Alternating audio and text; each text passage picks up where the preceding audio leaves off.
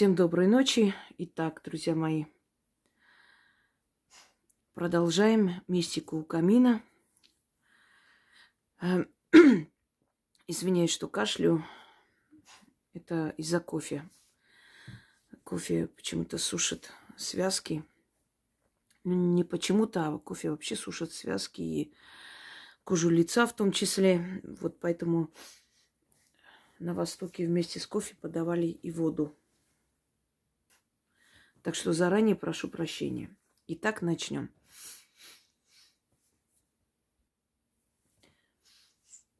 Здравствуйте, уважаемая Яна. Хочу рассказать мистическую историю,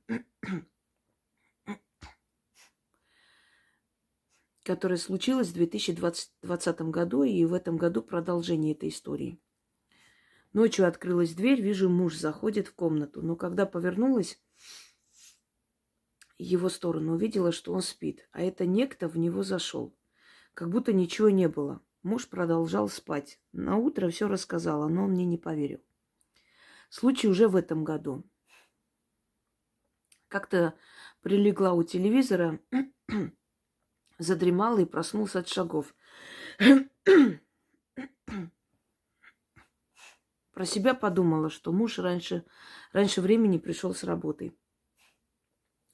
Шаги дошли до кровати. Я уже хотела спросить, почему ты так рано пришел с работы. И вдруг понимаю, что не могу говорить и пошевелиться. Я увидела, что он стоит рядом. Длилось это пару секунд, и он исчез. На днях ночью встала, чтобы накрыть ребенка. Вижу, муж лежит рядом с ним. Я их накрыла и пошла спать. Дело в том, что муж работает на второй смене и приходит поздно. Порой не будет меня, может лечь с ребенком. В ту ночь долго не могла уснуть. В полудреме услышала женский красивый голос. Она сказала: если хочешь, чтобы мы ушли, сделай нам дорогой подарок, и мы уйдем. Я спросила мысленно: скажи, какой?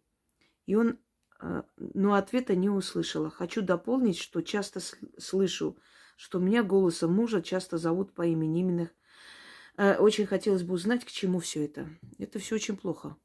И странно, что вы с 2020 года по сей день ничего не сделали для того, чтобы, во-первых, узнать, что это такое. Во-вторых, найти человека, который их изгонит. Особенно женский дух в доме. Это опаснее, чем мужской. Намного. Мужской дух еще можно убрать, а женский очень долго не поддается и часто уходит страшными разрушениями. В вашем доме сущности поселились. И очень может быть, что то, что вы увидели, что муж лежит возле ребенка, может быть, и не ваш муж был вовсе. Может, он позже пришел и лег опять же. Но в то время, может быть, вы даже не мужа видели. В таком доме жить нехорошо. Это воронка, во-первых. И все, что вы делаете, зарабатываете, будет уходить в никуда. Вы часто будете подавлены, начнете ссориться. Абсолютная, скажем так, абсолютно неудачи друг за другом преследуют эту семью, как правило.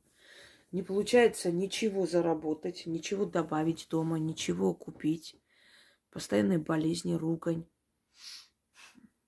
холодность в сексуальном отношении. В конце концов, разрушается семья, и они их выгоняют оттуда. И не просто выгоняют, а разделяют их и гонят из этого дома. Их нужно убрать. И убирать должен человек, знающий.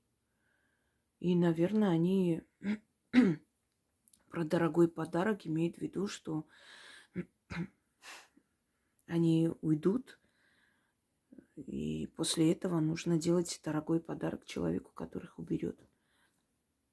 Наверное, в этом смысле. Не наверное, наверняка в этом смысле.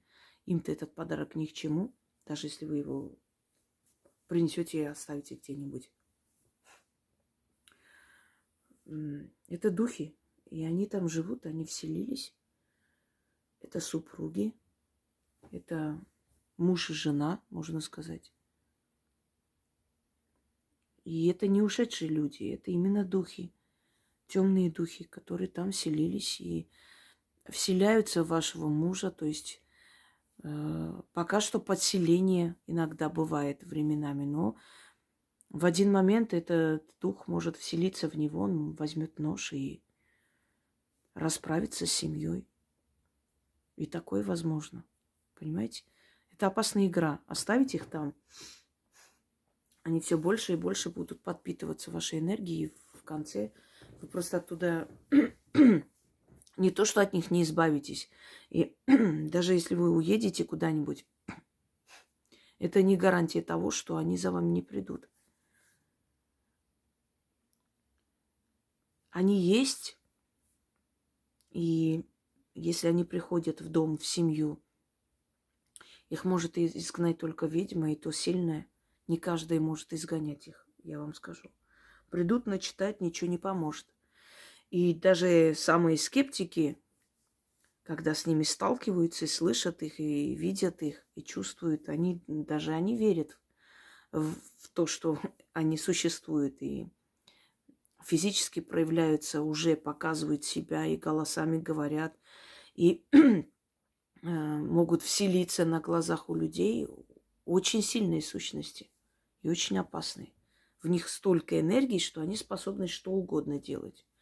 Именно такие сущности, собственно говоря, и ножи кидают, и вилки летят по дому и могут человека задеть. Вот именно подобные сущности. Так что задумайтесь над этим.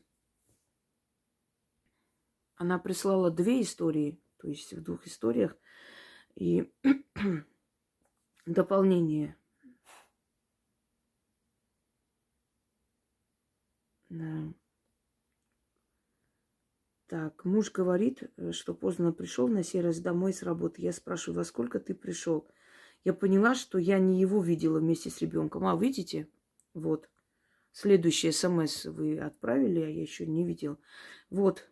Вы подтвердили мои слова. Я просто опередила. Я подумала, это уже другая история. Не стала читать после. Я поняла, что я не его видела. Да, я же вам сказала только что вы уверены, что это ваш муж был? Он мог быть не он. Потому что, когда я встала, посмотрела на часы, было 1:00 ночи, а он пришел позже. И на мой вопрос, ты лег с ребенком, он ответил, что нет. Что пошел, лег на диван. Другой случай. Недавно я прилегла, уснула перед телевизором, проснулась от шагов. Подумала, что муж пришел раньше времени с работы. Он подошел ко мне, хотел уже спросить, почему так рано, и вдруг поняла, что... это Зена храпит. Поняла, что не могу выговорить даже слово. Он постоял 3 секунды и исчез. И хочу дополнить, что постоянно слышу, что меня зовут голосом мужа. И очень часто это бывает. Уважаемый Инга, очень хотелось бы узнать, к чему это. Я вам уже сказала. Если вы не прогоните эти силы оттуда, не вы сами, конечно, вам нужна помощь знающего человека. Если вы их не прогоните, никакой поп, никакое освещение квартиры это не поможет. Наоборот, разозлит их еще больше. Ночью, когда я говорю о мистических историях, Зена начинает во сне рычать, как будто кто-то проходит там мимо. Я вам говорила, что ночью вообще про духов и про мертвых говорить нехорошо. Вам нехорошо. Мне можно. Мне ничего не будет от этого. Подумайте над моими словами. Изгнать их нужно. Иначе это плохо закончится. Так, далее.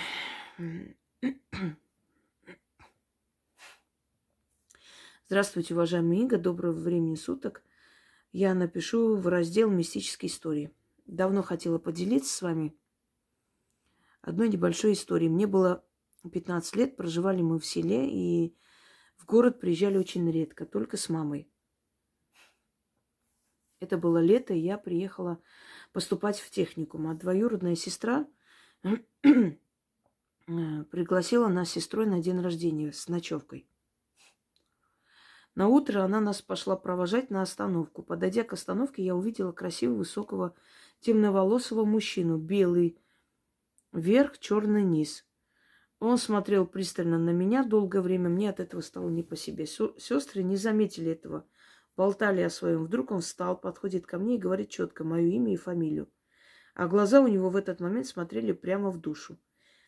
Такое ощущение, как будто он меня давно знает, хотя его вижу впервые. У меня пропал дар речи, и даже не смогла вымолвить, вы кто и откуда вы меня знаете. А главное, это все было днем. Все произошло так быстро, я не заметила, как подошел наш автобус. И сестры быстро меня затолкали. Мы ехали молча. Когда я у сестры стала спрашивать, что это могло быть, она испуганно сказала: давай не будем. Потому что сама не могла найти объяснение всему этому. Мне уже 30 лет, а этот случай до сих пор помню. Очень хочется, чтобы уважаемая Инга помогла понять, что это могло быть. Рассказала это взрослым, они просто игнорируют и сразу переходят на другую тему. Это самая большая тупость, когда взрослые игнорируют, когда не могут найти ответ. Они просто вот как бы, ну все, не будем об этом. Хватит уже, перестань уже об этом говорить. Это полный идиотизм. Ребенку нужно объяснять нормальным человеческим языком. Я помню, когда у меня тетка, точнее, мои тети с бабушкой сидели и говорили о чьей-то свадьбе. И сказали, мол, ну, после свадьбы же, когда вот медовый месяц, там, вот в это время как раз они поедут и что-то там такое рассказывали. И я такая, а что такое медовый месяц? И у меня бабушка с тетей так налетели на меня, чуть не прибили. А вторая моя тетя говорит, вы так наорали на ребенка, что она сейчас точно знает, что это что-то плохое. Ну, когда я выросла, я, конечно, поняла, что это очень даже хорошее что-то. Но в этот момент я просто подумала, что это такой месяц, когда очень много меда едят. Ну, в моем детском сознании медовый месяц. Много меда кушают, вот и медовый.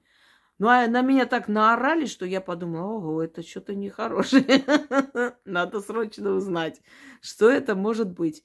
И, конечно же, я начала расспрашивать своих сверстников, и мы в итоге нашли очень много различных ответов, которые вот сейчас нехорошо бы, чтобы ребенок того возраста, когда я была, узнал бы такие вещи.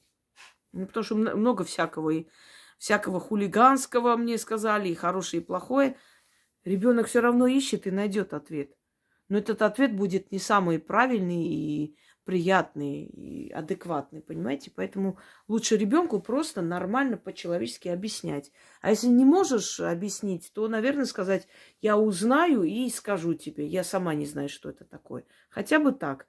Потому что игнорирование ребенок воспринимает как, как трусость взрослых, когда не знают ответы на вопросы и пытаются, то есть, закрой рот, замолчи. Ну, это глупо, я вообще не понимаю такие вещи. Так вот, что это было? Хочу вам сказать, что в каждом городе, селе есть некий такой городской сумасшедший, знаете, юродивый.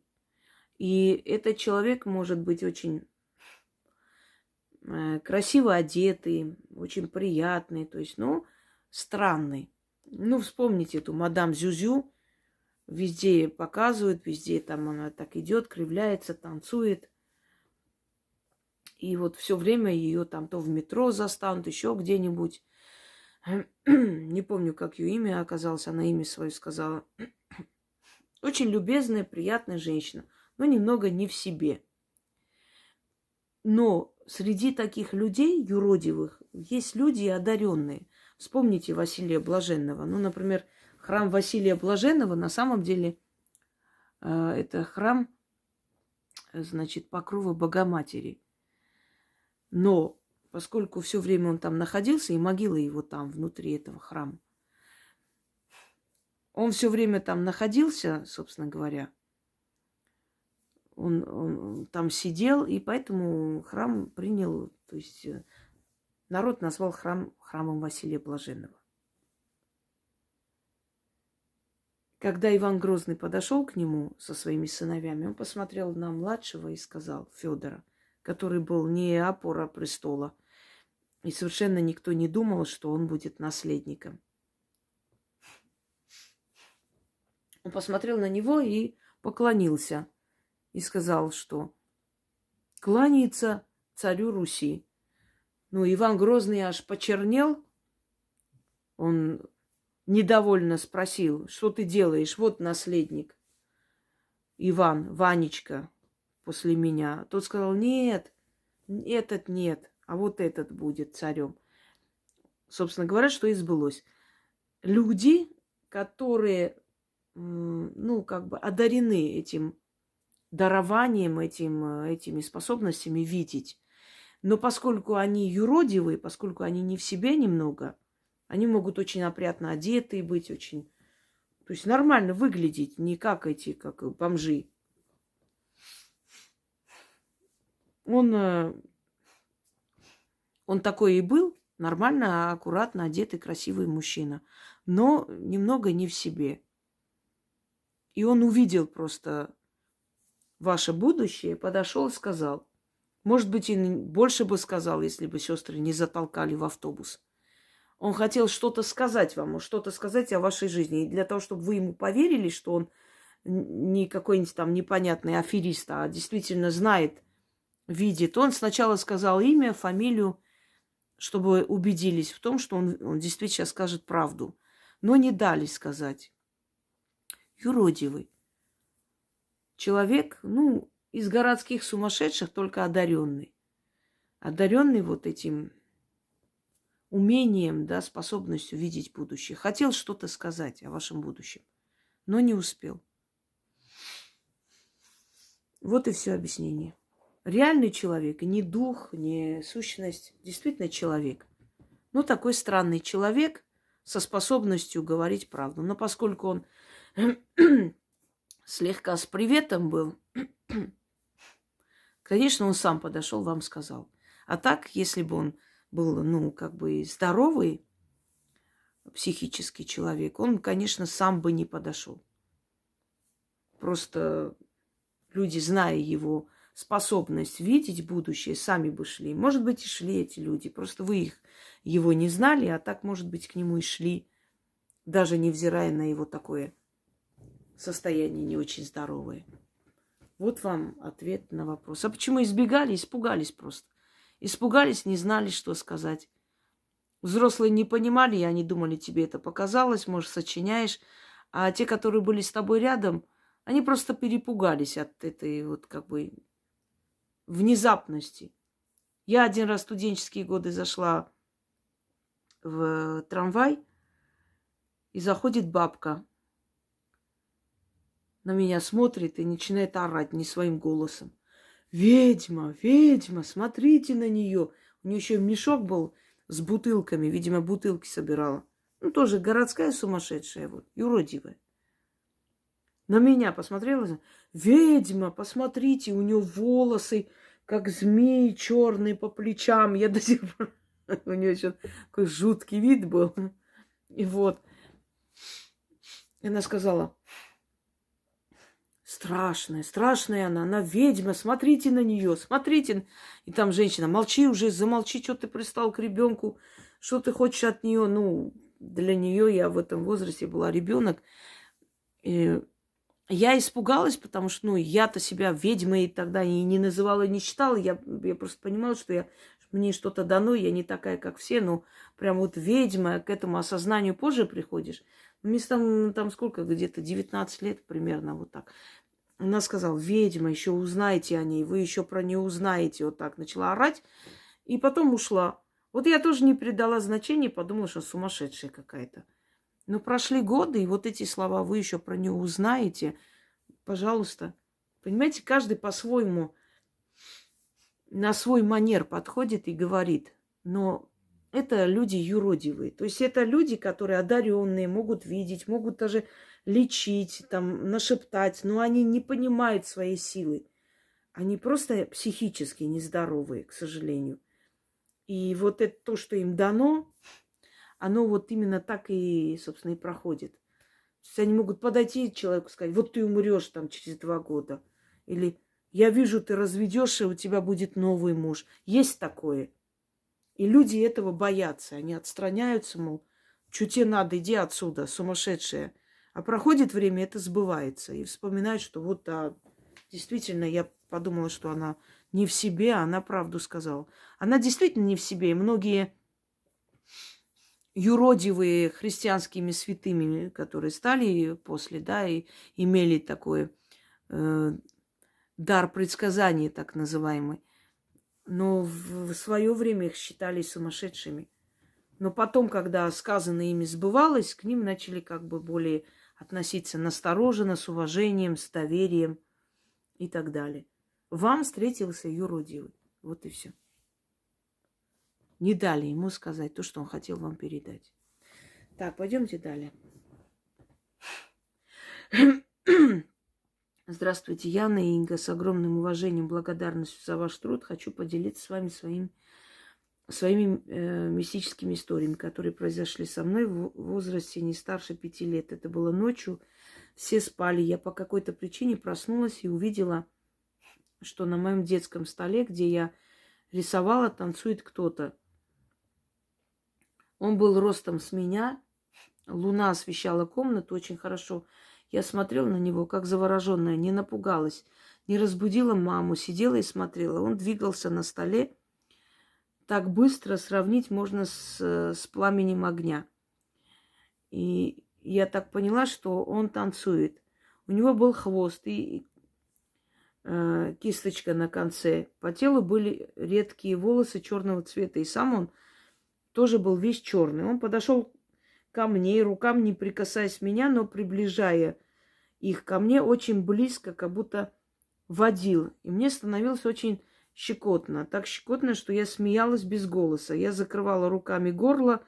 Он, приближая свои руки ко мне, мог щекотать меня даже... Не поняла, даже как. Которая оставалась открытой. Просто слова неразборчиво написаны. У меня даже не было сил. Он откуда-то взял что-то типа таблетки, засунул мне в рот. Дальше я не помню. Скорее всего, я уснула. Наутро я никому об этом не рассказала, хотя всегда делилась с мамой и была очень послушна. Но когда ложилась спать, я закутывала горло одеялом, чтобы не было даже шелочки. Боялась. И только когда мы переехали в новую квартиру, я спросила у мамы, что это могло быть. Она сказала, не знаю, может, приснилось. Но это не был сон. И я сейчас, по прошествии многих лет, помню этот случай. Объясните, пожалуйста, что за существо могло быть и зачем оно пришло ко мне, или, может, я случайно его увидела, и что он за таблетку дал, мне было очень похоже на чертика. Вы знаете, мне было примерно столько лет, сколько вам. Я ночью проснулась и увидела, как в окно запрыгивает лев. И я увидела черную собаку, которая прибежала мимо меня к этому окну и кинулась на этого льва. И этот лев откусил ему голову, этой собаки. То есть ей, да, голову откусил. И проглотил эту голову. А безголовая собака начала бегать по комнате туда-сюда. И вот лев посмотрел на меня очень свирепыми глазами, отвернулся и ушел. Это я намного позже поняла и узнала, что тотемные животные приходят, нас пугают. Во сне, в видениях. Это наши тотемы. Вот какое животное во сне вас пугает или в детстве вас пугало. Или видение было такое. Это ваш тотем. Но в тот момент мне было, вот как вам, 5 лет, где-то так. И, конечно же, я ужасно испугалась. Я была потрясена, потому что это была реальность. Это тоже был не сон. Потом меня водили к одной бабушке, потому что моя бабушка была уже старенькая, лежала. Ей было тяжело все это делать, начитывать. Меня ввели к ее родственнице. И та нашептала мой страх. Маруся. Марус мы ее называли. Очень красивая женщина, грузинка. Вот прям вот голубые глаза, светлая кожа. Я до сих пор, я помню, ее внучка моей одноклассницы была, тоже такая же копия своей бабушки. Самое интересное, все дочери, которых она родила, у нее были дочери. Одна дочь сейчас осталась, те были взрослые люди. Они все такие голубоглазые, светловолосые, блондинки. И со светлой кожей. Потрясающе красивая была женщина. Вот, и мы пошли к ней, она мне сняла этот страх. Так вот, вот что это было? Сон? Нет, конечно. Это была явь. Я проснулась тоже ночью, вот так прям внезапно проснулась и увидела эту всю картину. Жуткую картину, из-за которой потом каждую ночь, ну как уже вечер наступал, темнело, я тоже забивалась в угол, сидела на кровати и боялась спускаться.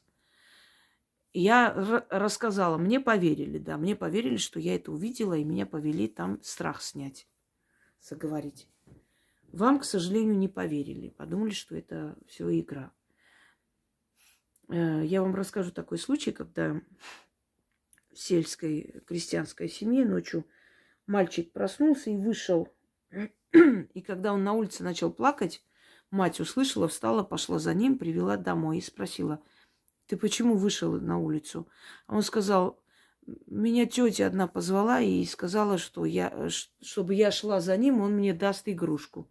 И когда они дошли до ворот, и она прошла через ворот, и оттуда начала его звать, мол, иди сюда, он испугался. Он понял, что она исчезла, что что-то тут не так, и сказал, что а мама меня не пускает с чужими женщинами куда-то, с тетями куда-то идти. Я хочу домой. И начал плакать. Вот, заорал, и тут мать услышала, и после этого дверь закрывали, и там начитывали что-то и так далее. Таких случаев очень много. Вы не одна. И это реальность. И я вам верю, что вы действительно видели эту сущность. Это просто какая-то сущность. Вот сейчас мы точно не поймем, кто это был. Это не домовой. Это некто, который приходит играть с детьми. Вы когда-нибудь видели, вот, что дети маленькие с кем-то танцуют? Как будто вот кого-то держат. А что ты делаешь?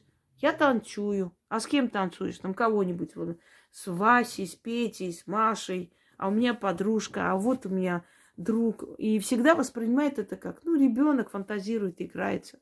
А не надо так думать. Раньше детям запрещали танцевать, если они сами по себе танцевали, говорили, они с чертями кружатся, не надо это делать, у нее судьба будет плохая и так далее. Вот. Вы увидели просто своего партнера по игре. Может, с кем-то танцевали, игрались, разговаривали, лялякали. Ваш возраст такой был, да, возраст. И он просто пришел, вам показался. Он показался, дети могут видеть потусторонний мир до того момента, пока вот эта вот бытовуха не возьмет свое. Пока они, знаете, лопочут, пока они не могут объяснить четко и ясно, что видят, эти сущности им показываются. А когда они уже начинают понимать и рассказывать четко, они все, они закрываются, и обзор ребенка закрывается, он больше не видит.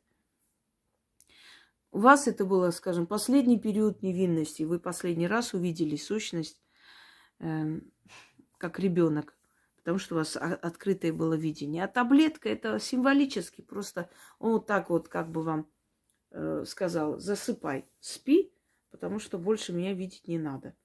И символически, как будто вам таблетку дал снотворный. Вам показалось, что вам дали таблетку, чтобы вы уснули. Ну, по-другому вас отключить, вы бы испугались. А поскольку для человеческой психики легче, что вот мне дали таблетку, и я поэтому уснула. Так и случилось. Символически он вам показал: засыпай, на тебе таблетка, спи. Что-то в этом роде. Просто сущность. Из астрального мира. Их много. Они различные. Они имеют различный вид. И настолько разнообразные, что, знаете, они всякие могут. И с хвостиками, и с рожками, и без рожек, и похожи на змей и маленьких, и похожи на гномиков, и на кого только они не похожи. Их миллиарды. Кого именно вы видели, мы не можем сейчас угадать. Вот тот самый, скажем, сбой матрицы ненадолго произошел, и вы увидели. Но это не страшно, вы можете не бояться, а с этим ничего плохого не связано. Дальше. Это было в доме моей бабушки. Мне тогда было примерно 4 года. В углу одной из комнат я увидела старика под потолком. Он кувыркался там, как циркач. Переворачивался по-всякому. Я не понимала, как он туда попал. Так высоко и незнакомый... так высоко и незнакомый человек. Я показала маме, но она никого не увидела. Увела меня в другую комнату. В другой комнате его не было. Еще несколько раз я видела его, потом все прекратилось. Всегда в одном углу, под потолком. Я тоже видела, как кувыркается некто домовой. Да, вот так вот причудливо кувыркается, на ручках стоит, потом обратно. Я подумала, что это какой-то маленький циркач, которого привели в наш дом. Меня порадовать. А потом, когда узнала, что его никто, кроме меня, не увидел, я тоже поняла, кто это был. Домовой. Так. Еще один случай из моей детской жизни. Мне было тогда где-то 3 или 4 года. Было летом в доме моей бабушки. У нее свой частный дом. И дорога со двора узкой тропинкой вела в огород. Я бежала со двора и попадала в огород. И вот так же я выбежала и побежала туда. Там должна была быть мама и бабушка. Но я стала подниматься на небо. Я видела у вас такую картинку на заставке. Очень похоже. Бежала по тропинке в огород, а попала на небо. Я очень удивилась, ведь раньше столько я бегала, туда не попадала. А дорога как-то была одна. Как я там оказалась, как могло это получиться, я не пойму. Что там было, плохо помню. Были люди, это помню, но немного. Все белое, все в белом.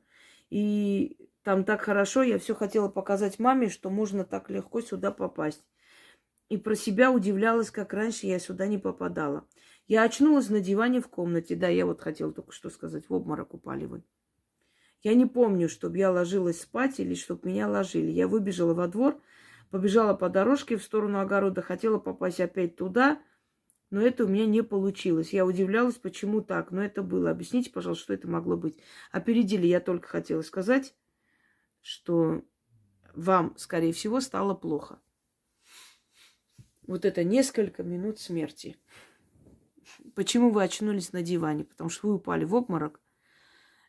Я думаю, что вы побежали, поскольку все дети так бегут, как сумасшедшие. Я тоже бежала один раз и раздавила цыпленка. Вот так вот бегом бежала туда и обратно. И потом очень долго переживала, плакала, что вот из-за меня вот такое случилось. Но что делать, ребенок, мы дети. Не специально же. Хотя это вины с меня, конечно, не снимает. И вы могли просто упасть и удариться головой, потому что бежали быстро. И вы не поняли, как это случилось. Вы ударились головой, и вот это несколько минут смерти. Ваша душа вылетела. И вы оказались там. Я когда читала, я хотела сказать, сейчас дочитаю и объясню, что ей стало плохо. И вы сами сказали, очнулась на диване.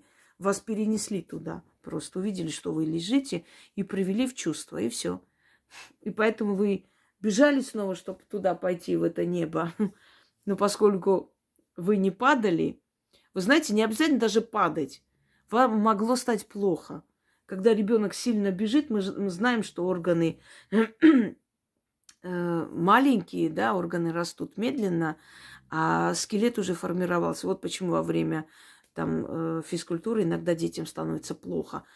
Сердце не может выдержать этого давления, она еще не выросла так. Внутренние органы пока еще маленькие, а скелет человека растет быстрее. И поэтому очень может быть, что во время бега вам стало плохо. У вас голова закружилась, отключились вы. И все, и упали. Вы даже ничего не чувствуете. У вас душа мгновенно улетела, вышла, и вы увидели себя на небесах, где там люди, где все это. И потом, когда вас привели в чувство, это вернулось обратно. Это момент смерти, между жизнью и смертью. Если бы вас не увидели, не привели в чувство, может быть, вы бы умерли. Это называется симптом внезапной смерти, и врачи не могут объяснить, почему у человека сердце останавливается или кровоизлияние в мозг случается. Ни с того, ни с сего, без причины. Да, есть синдром внезапной смерти. Раз и умирает человек, и все. Какое-то выгорание организма происходит, понимаете? Вот что у вас было. Вы между мирами оказались. И все. И самое интересное, что вы еще раз побежали туда в надежде, что вы снова туда подниметесь. Представляете, какое приятное ощущение это? Поэтому я говорю людям, не бойтесь смерти. Смерть не страшна. Страшна жизнь здесь.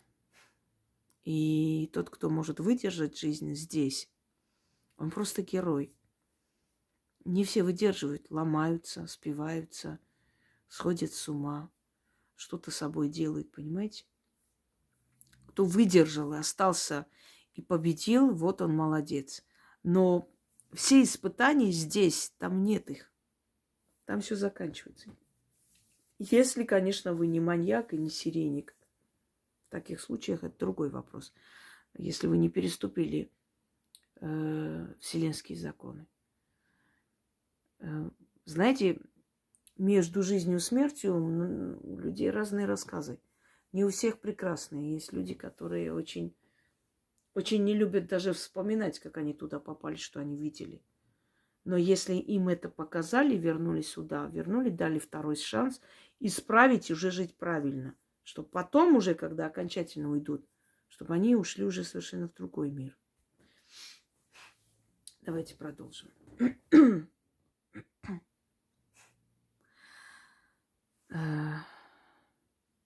Так. Сейчас посмотрим. Все. Все правильно.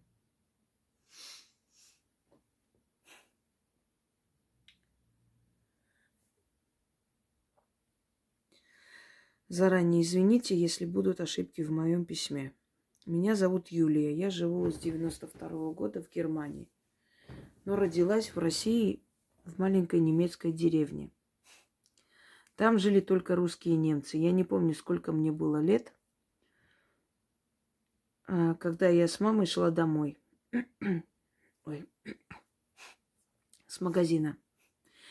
И по дороге домой встретили женщину, которая ковырялась в своем огороде. Мы остановились, и мама с этой женщиной общалась, а я туда-сюда ходила и ждала, пока пойдем домой. Когда я отошла в сторону, где было видно ее Чего? Задний ход. Ну, хорошо. Оттуда выглянул только голова. Черный мужик. Я испугалась и побежала к маме. Я думала, может, мне показалось, пошла еще раз посмотреть. И опять же этот мужик с заднего хода посмотрел, ничего не говорил. Я, конечно, очень извиняюсь. Но когда женщины, нагнувшись, что-то там делают, там может выглянуть только не мужик, а немножко другая борода. Может быть, вы, будучи ребенком, просто это приняли за мужика. Знаете, такое, сестра, ты беременная, да, у тебя будет сын. Откуда ты понял? Да вот усы вижу. Извините за вульгарный анекдот, но мне такое ощущение, что вы это увидели. И ваша детская фантазия просто вам сказала, что это мужик с бородой черный. Ладно, давайте дочитаем.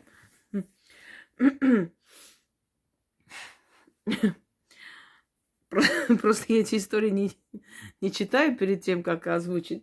Читаю вместе с вами. Ну ладно. Так, я думала, может, мне показалось. Так, дальше. Этот черный мужик снова посмотрел с заднего прохода и ничего не говорил. Я показала ему язык.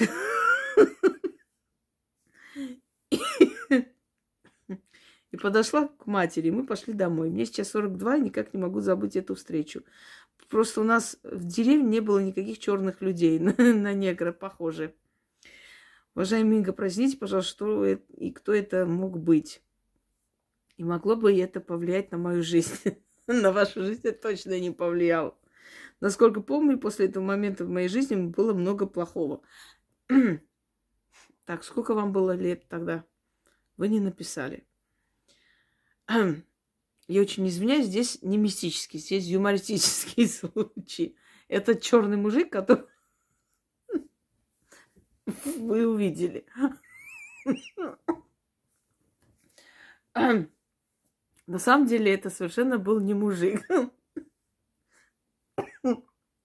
Но очень похоже на мужика, Потому что в то время женщины редко брились. Вообще не брились, не было такой традиции. И у многих женщин там были черные мужики, бородатые. А что касается того, могло ли это повлиять на вашу жизнь, и после этого что-то плохое у вас случилось, это просто от вашего страха внутреннего. А то, что вы ему язык показали, все правильно, так и надо. У некоторых женщин есть традиция без трусов просто работать на огороде и нагинаться. Просто мой брат тоже так в детстве, когда ему было 4 года, тоже прибежал и сказал, что там у нас соседка работает в огороде, и вот он тоже так проходил и сзади увидел, только там был рыжий мужик.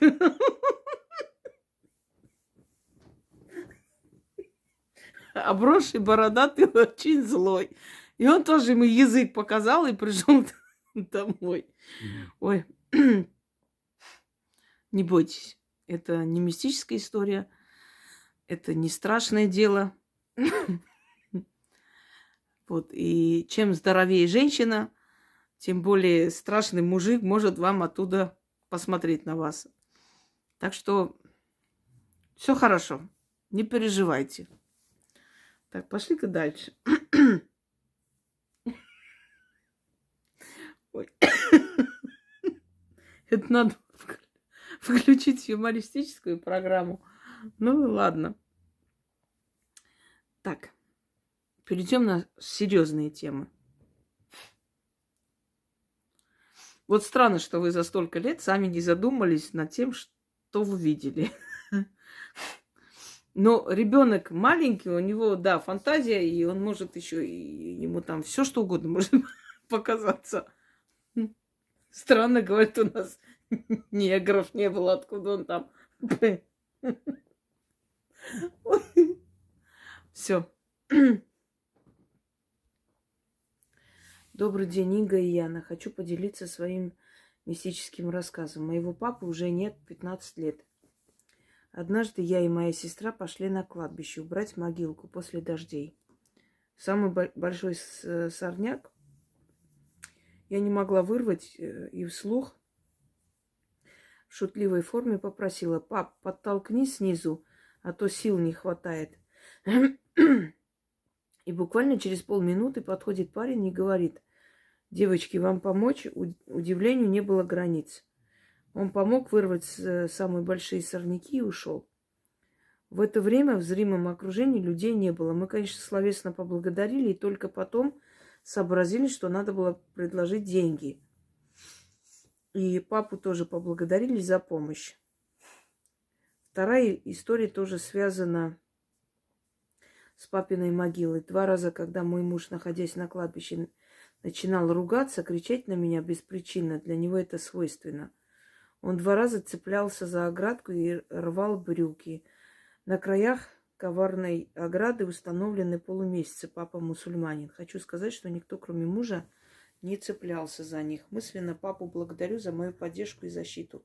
Хочу выразить вам благодарность за знания, которым делитесь с нами. Смотрите, как бы ваш папа его не забрал. Я на полном серьезе говорю. И научите вашего мужа культурно себя вести хотя бы на кладбище. Если он дома не умеет себя вести достойно, на кладбище он обязан вести себя достойно, потому что кладбище – это мир мертвых. Если он еще раз так пойдет и будет материться, я вас уверяю, за короткое время у него начнется онкология, и он уйдет следом за папой. Вслед. Это неправильное поведение. Это неуважение к миру мертвых. Так нельзя делать. Я понимаю, что есть вспыльчивые люди, есть такие нервные люди, но это уже абсолютное неуважение и к вам, и к вашему отцу, к его памяти, вообще к усопшим и к мертвым. Особенно на мусульманском кладбище, где вообще это строго запрещено, всякие манипуляции, крики, разговоры и прочее. Это первое. Вы попросили отца.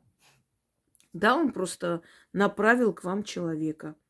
Я расскажу похожий случай, когда девочка потерялась, и они на кладбище Хованки, по-моему, пошли.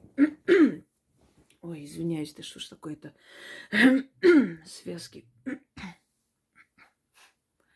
Они пошли убирать, и родители, значит, с детьми. Мальчику там лет 14, девочка маленькая. Ну, может, года 4. Вот так. Пошли убирать кладбище дедушки с бабушкой. И попросили его следить за сестрой. А он не уследил. И ребенок, значит, играя, побежала за бабочками туда и потерялась. Когда они спохватились, начали искать, огромное кладбище, кричат, ничего не слышно. И вдруг видят, что она бежит к ним и с кем-то разговаривает, кого не видно, руками показывает на родителей. Она побежала к ним и, значит, вся зареванная. Они говорят: ты где была? Кто тебя сюда? С кем ты там разговариваешь? Вот дядя увидел, сказал: почему ты плачешь? И я говорю, что потерялась. А он мне: давай пойдем, я тебя приведу куда надо. И за руку, значит, вел ребенка и показал: вон твои мама с папой, беги. И она с ним говорила, пальцами показывая, что вот, я их нашла, и побежала. А они же видят, что никого нет. Но они подумали, что человек, наверное, вдалеке стоял, захотели поблагодарить. Пошли по этой дороге, никого нету. И ребенок вдруг кричит, там показывает пальцем на надгробие. А там мужчина молодой. Вот, он меня привел. Вот, это такой случай. Потом еще я вам говорила как-то, что женщина стояла еще 90-е годы, автобус последний проехал. Она думала, может быть, машина будет в ту сторону. Начинался буран. Некуда деваться, там, просто там закрытая остановка какая-то, сделанная так слегка крыша, и всего лишь некуда деваться, просто вот негде спрятаться от ветра, от холода. Уже темнеет. И она просто испугалась за свою жизнь, потому что место такое открытое.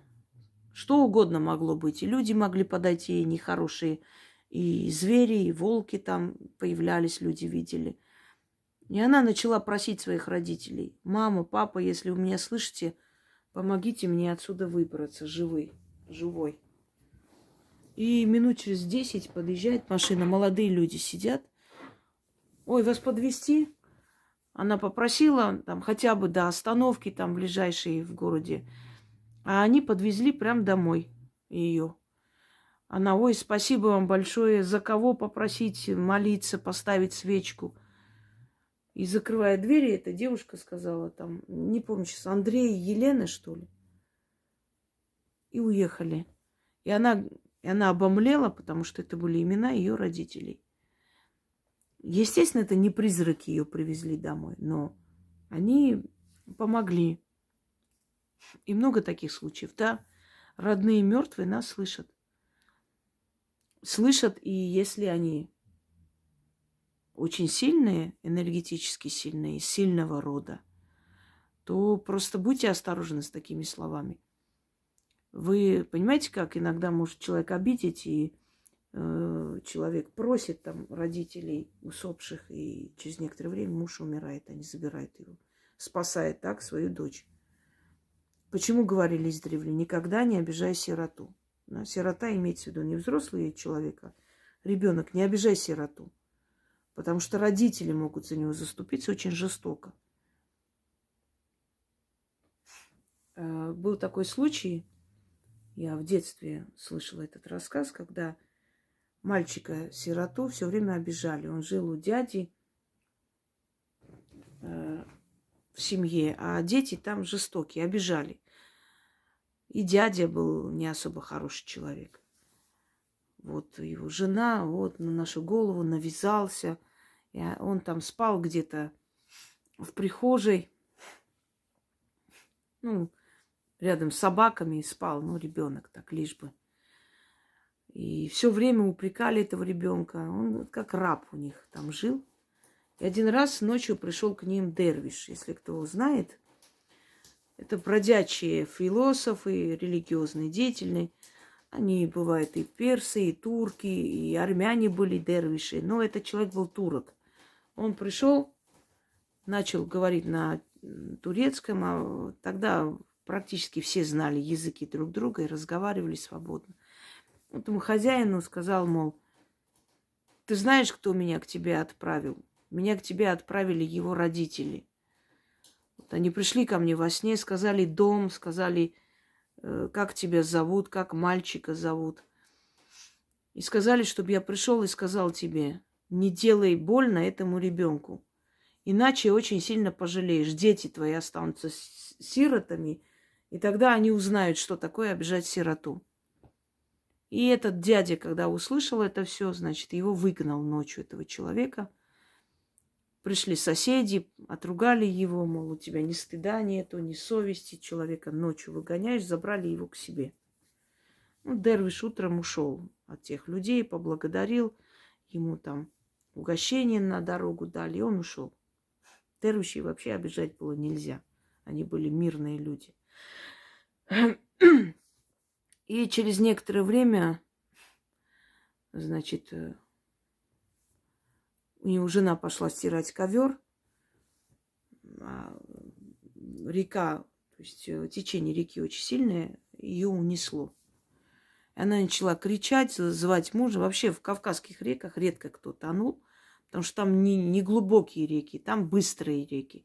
Но они не тонут, люди, они могут удариться об камни, потерять сознание и тем самым утонуть. Таким образом.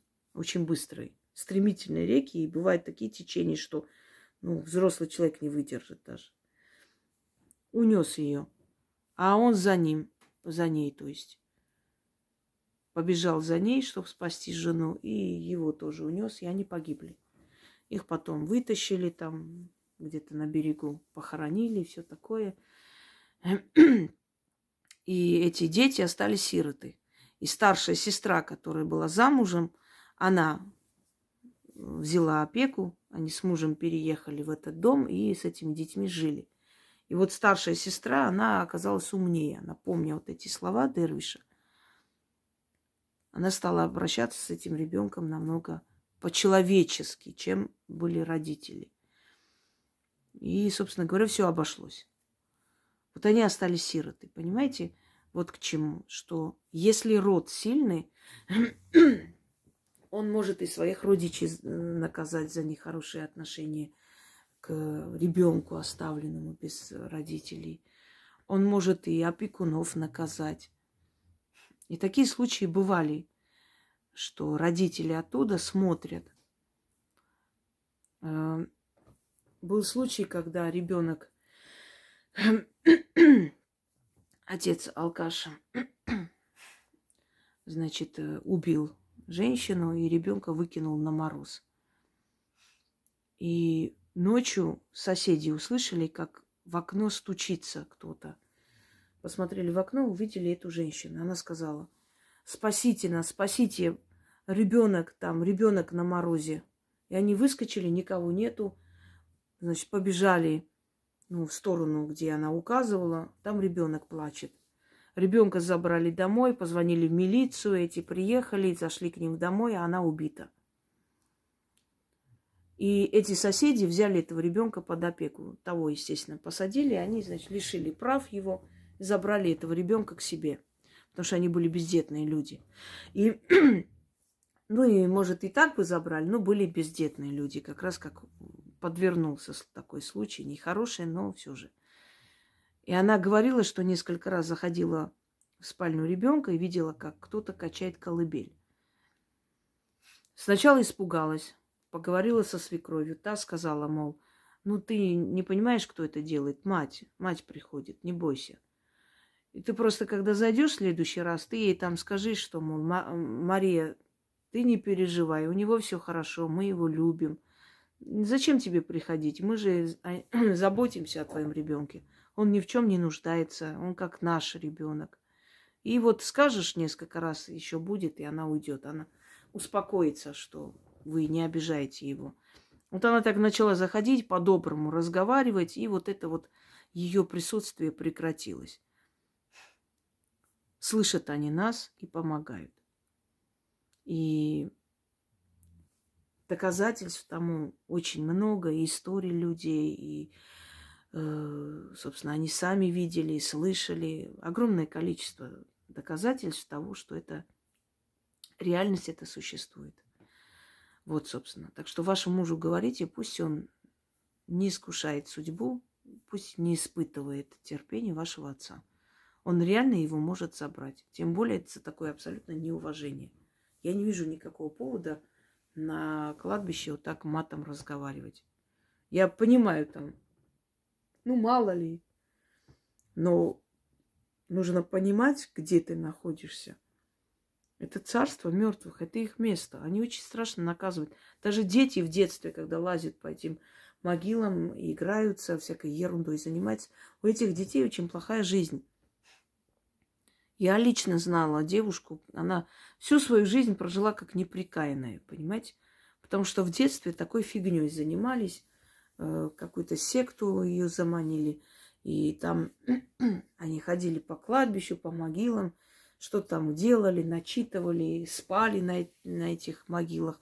Жизнь совершенно наперекосяк. Ее друзья практически все погибли, умерли, наркоманились.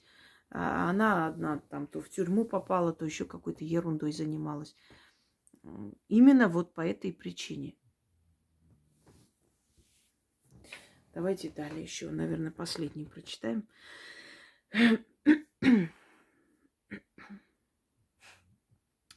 Добрый день, Яна и Инга. Мистическая история.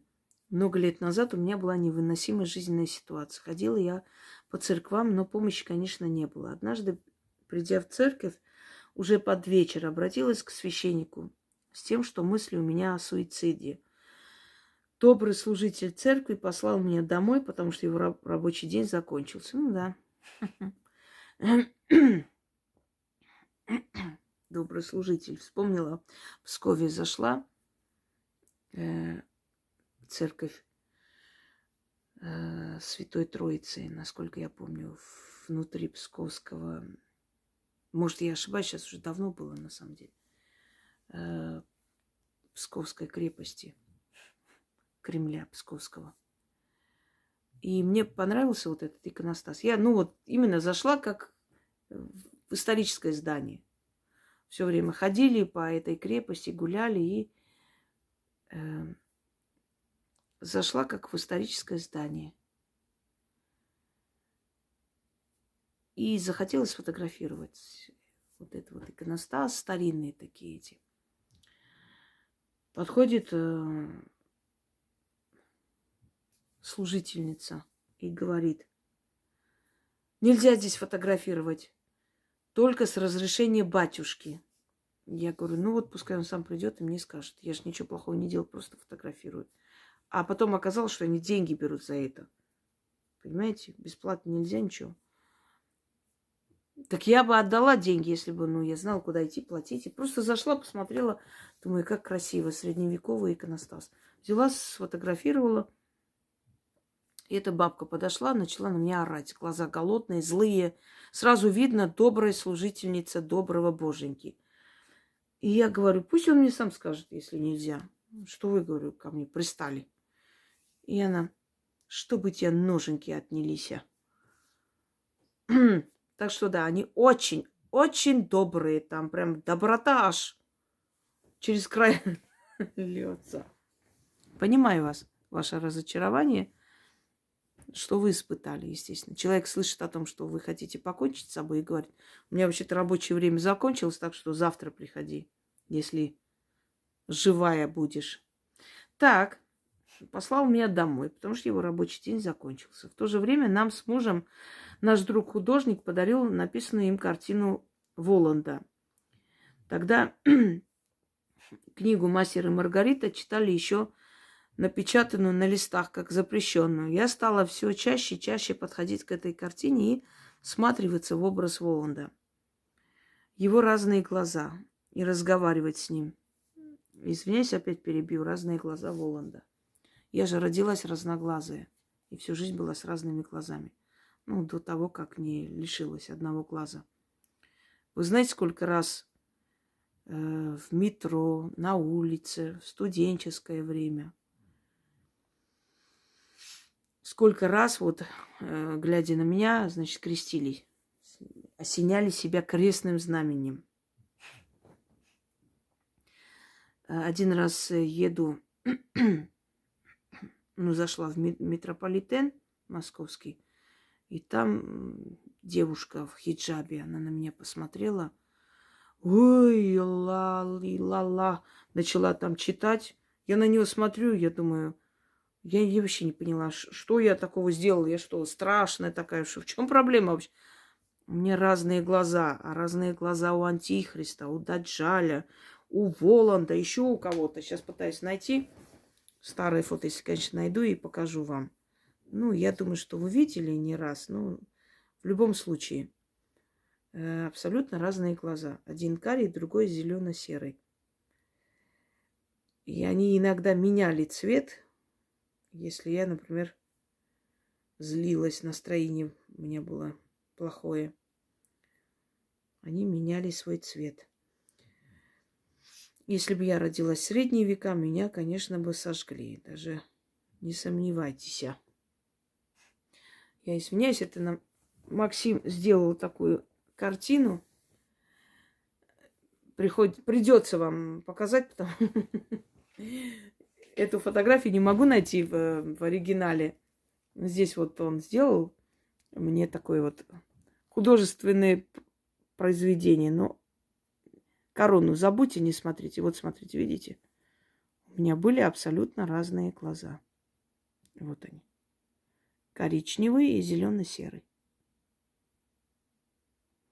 Ой, мне здесь, по-моему, я даже не... 28 лет.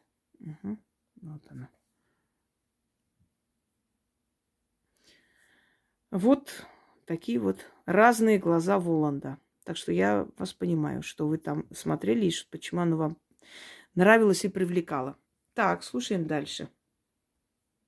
Секунду, я сейчас исправлю это все дело. Зайду в чат. Так, образ Воланда. В его разные глаза. И разговаривать. И стала разговаривать с ним. Тогда в первый раз я отреклась от церкви, поняв, что нет мне там спасения, и стала просить помощи у других сил. Видите, вас привели к этому. Есть такая поговорка. Все идут к Богу, но приходят к сатане. Какая-то истина в этом есть, да. Но не дает она помощи. Не дает. Умоление, просьба, отчаяние, слезная мольба перед иконой, свечи.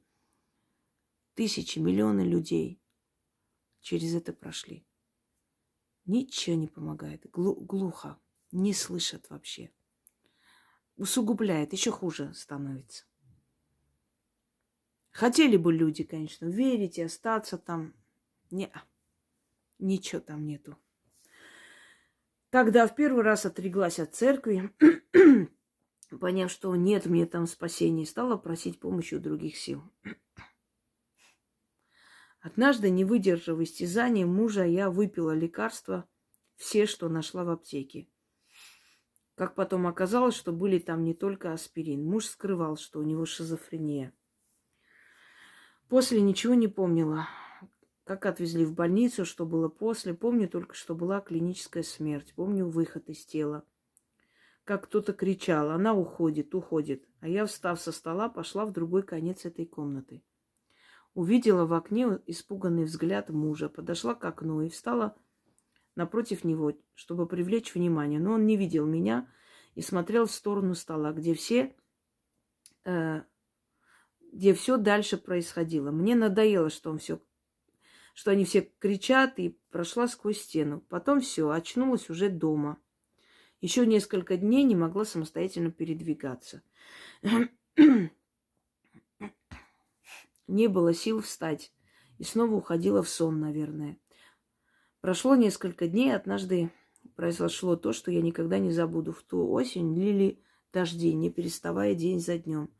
Лежала я в кровати и вдруг увидела, что на улице прояснилось небо, и даже услышала пение птиц. Луч солнца вошел в комнату и пошел ко мне, прямо к лицу. Но не было того состояния, когда от яркого света закрываем глаза. Я услышала голос. Голос мужчины, идущего от стен, потолка, от меня изнутри. Не поняла, откуда вообще, но сказал: я тебя простил и оставил жить. Ты мне нужна, для чего узнаешь потом. Я все же спросила, кто ты, и ответа не было. И тут же за окном снова серое небо и дождь. Быстро встав, я стала звонить друзьям, чтобы спросить, было ли сейчас солнце. Всем, кому я звонила, ответили, что нет. Дождь, не переставая, льет и льет. Я приняла голос за голос Иисуса, попросила мужа вернуть картину. Ее исполнительную снова стала ходить в церковь, но ненадолго. В общем, мои страдания так и не проходили. Еще хуже было. Однажды меня муж задушил, спасли соседи, выломав дверь. Успели меня откачать, и я ушла, в чем была. В разорванном платье и больше не вернулась к нему. Вот более 35 лет меня мучает вопрос, кто же тогда со мной говорил, кто мне дал шанс жить, для чего я ему нужна. Много было в этой жизни поисков, метаний, изучений, познаний. 3 года назад я приняла раскрещивание, а в церковь ходила до этого более 20 лет. Буду премного благодарна, если сможете дать ответ. С уважением, Марина. Во-первых, хочу сказать всем, любите своих детей, особенно дочерей. Дочка, которую любили и любят, никогда не будет терпеть шизофреника, подонка, нелюдь, который душит ее, убивает. Терпят таких тварей те девушки, девочки, женщины молодые, которым идти некуда. Им некуда идти, у них нет опоры. Если бы было куда уйти, никогда в жизни она бы это не терпела. Теперь она отреклась,